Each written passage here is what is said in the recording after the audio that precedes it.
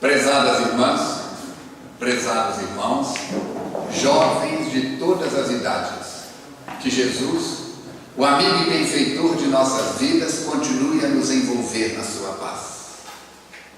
Aqueles eram dias de tormentas, a tempestade causada pelo movimento das asas da águia romana, que por onde passava deixava dezenas, centenas, milhares de almas feridas.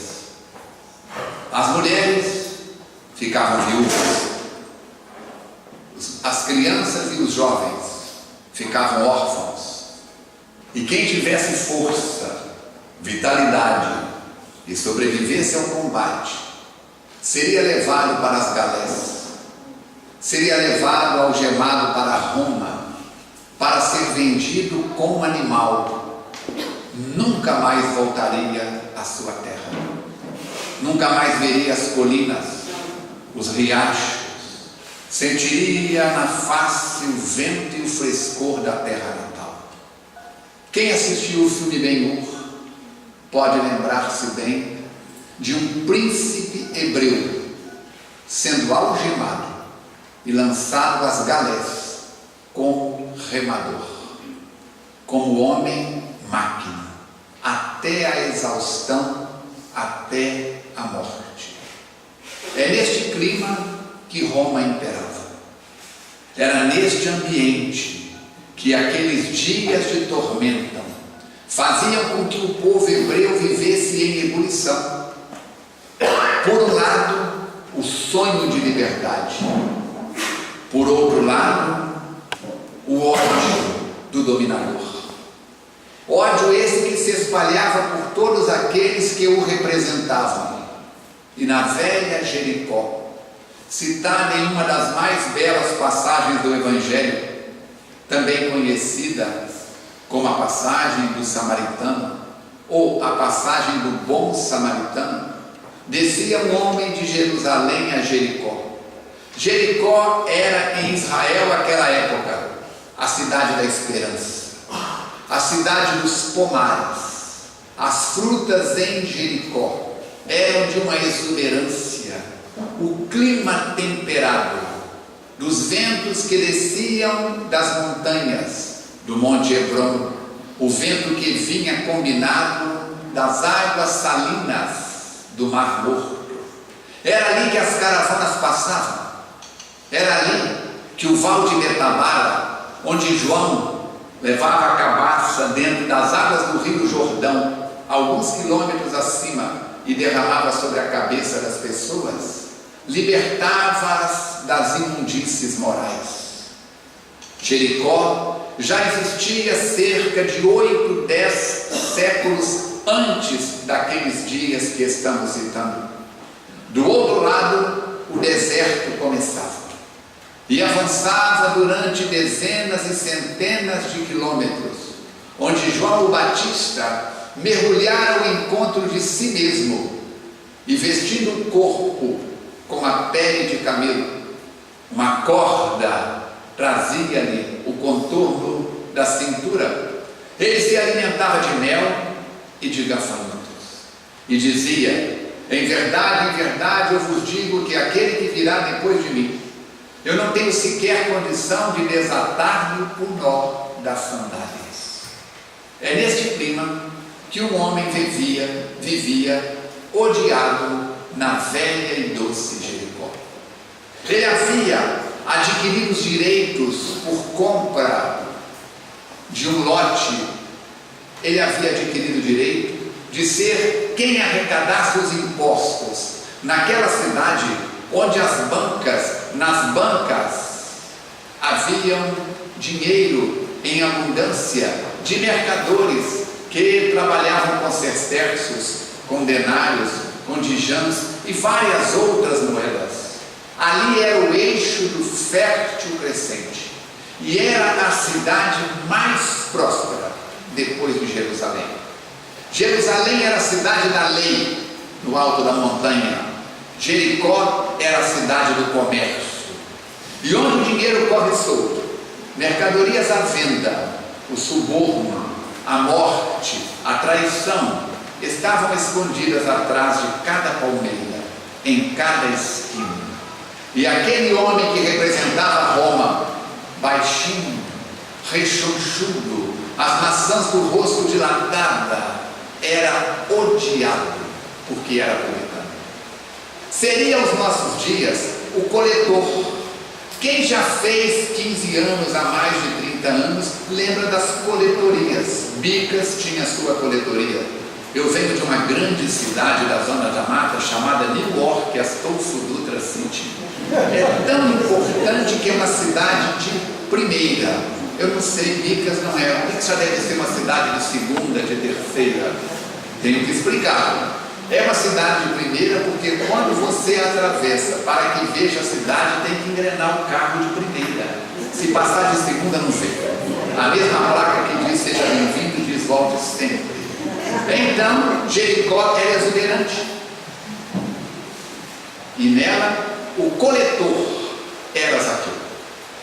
Zaqueu era um homem de mãos firmes, cabeça matemática, olhava um lote de mercadorias e sabia quanto que era a dívida do imposto. E nós já trazemos na alma, na hereditariedade, o sangue judeu, o sangue hebreu, de não gostar de pagar imposto. Naquela época pagava-se o imposto a Roma, hoje paga-se a Sodoma, porque infelizmente, com raras exceções, sem nenhum julgamento, mas repetindo o que a televisão mostra a cada dia, escândalo após escândalo, pagamos os impostos insatisfeitos, por saber que um percentual muito grande deles, ao invés de ser transformado em benefícios, pagamos o IPVA, que deveria melhorar as nossas estradas, e sabemos que apenas um pequeno dízimo de 10% no máximo vai para as estradas. Os outros 90%, todo mundo sabe para onde vai, mas não podemos falar aqui na tribuna para não derrotar a semana. Assim, meus queridos irmãos, Zaqueu era um homem de uma família muito grande, e quando a sua casa se iluminava para as festas de aniversário, desta ou daquela ocasião festiva do clã doméstico, nenhuma pessoa da cidade visitava, porque ele era um impuro, era um cobrador de impostos. Quem participava? Os familiares, os servos e aqueles que com ele trabalhavam na coletoria, na banca de cobrança de impostos. Por isso era um homem solitário, era um homem rico, de uma abundância financeira extraordinária, mas solitário. Na cidade, quando festas aconteciam, ele não era chamado, porque ninguém queria contato com um homem que representasse o imundício. Nem um escriba sequer comparecia às festas, mesmo que ele enviasse convites, convidados não chegavam. Seus filhos, eles olhavam com todo carinho e dizia: dia chegará em que eles aprenderão por que não podem brincar com os filhos dos vizinhos. Por que não podem brincar com as outras crianças da rua, cujos pais proíbem prontamente? Não se aproximam, família de imundos. É nesse clima que começa a chegar a Jericó a notícia de que aquele homem, batizado no Val de Betabara, o João, o Batista, vinha na direção da cidade. Era a época da Páscoa, e na Páscoa todas as pessoas que tinham condições mínimas que fossem, compareciam a Jerusalém para as festas do tabernáculo, para as festas do templo, para a casa de Deus, para onde havia a representação máxima de Yahvé, de Jeová, Deus único e absoluto para o povo hebreu. E as notícias chegavam de que ele vinha circundando o Rio Jordão.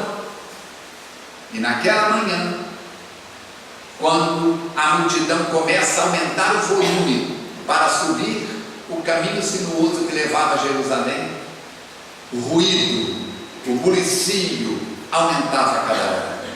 Ao final da tarde, quando Zaqueu prepara-se para fechar a coletoria, um grande alarido chega da rua.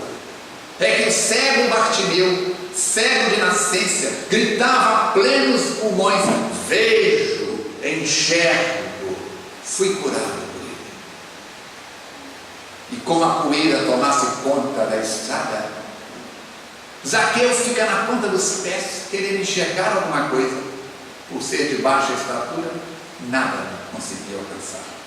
Um homem passa puxando um jumento pela porta, e ele oferece ao homem uma quantia volumosa para que pudesse, em cima do animal, enxergar alguma coisa no meio da multidão. O homem olha-o com desdém. Nem os mendigos hebreus daquela cidade aceitavam a sua esmola, só quem era pobre que vinha de fora. Seu dinheiro era sujo. Um outro homem de estatura expressiva, corpo hercúleo, está parado, e ele oferece ao homem uma alta soma para que o coloque sobre os ombros, para que ele possa enxergar adiante. O homem olha com desdém e diz: você acha que eu vou pegar dinheiro seu e me transformar em seu animal de carga? Pronuncia raca e cospe de lado. Para os hebreus, um sinal de desdém, de pouco caso. Ele começa a ser empurrado para fora da multidão, como se fosse um objeto. E de repente vê logo à frente, na direção em que a turba caminhava, uma árvore, um sicômoro, corre da volta por trás, sobe, arranhando-se pelos galhos do sicômoro, que é uma figueira, da família das figueiras, e fica lá em cima. E de repente o sorriso toma conta do seu rosto, porque agora ele consegue ver, e vê que no meio da multidão um homem se destaca. Nunca o havia visto, mas basta olhar e saber que ele era a causa de todo aquele ali. E quando aquele homem aproxima-se, olha e vê o pequenino homem gorducho agarrado nos galhos, dirige-se a ele e diz: Zaqueu, desce dessa árvore, porque aprove que esta tarde e noite ainda eu repouso em sua casa. Ele é tomado de uma energia, de uma alegria. A multidão segue. Os que conseguem ouvir a voz de Jesus ficam espantados, e após a multidão seguir, ele corre para casa.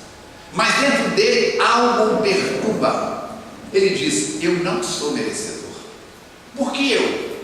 Com tanta gente importante na cidade, com tantas autoridades representando o Sinédrio, representando outros segmentos da sociedade hebraica como da sociedade romana, eu não sou merecedor. Chega e transmite a notícia à esposa, que prontamente toma as providências.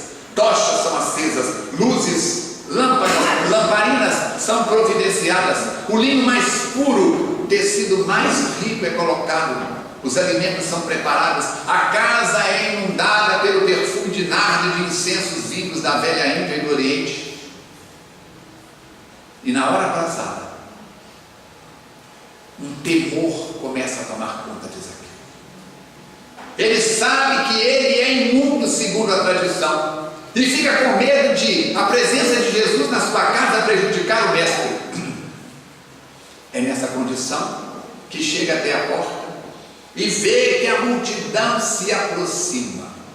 Jesus abre os braços e aproxima-se do cobrador de impostos. E ele é tomado de uma energia e grita em altos brados, para que não apenas o amigo, mas todos possam escutar: Senhor, eu sou um pecador, sou um imundo, mas eu sou um homem que sabe contar as moedas. Assumo o compromisso de metade da minha fortuna distribuir para os pobres, para os carentes, para aqueles que nada ou pouco possuem, e a quem eu possa ter prejudicado em qualquer manobra, em qualquer conta de cobrança de impostos sem devida, eu assumo o compromisso de restituir quadruplamente, 4 vezes mais. Recompensar alguém 4 vezes, segundo a lei de Roma, significava que você havia roubado, que havia prejudicado a criatura, que havia lesado a criatura. Então naquele momento Zaqueu se fazia juiz da própria casa.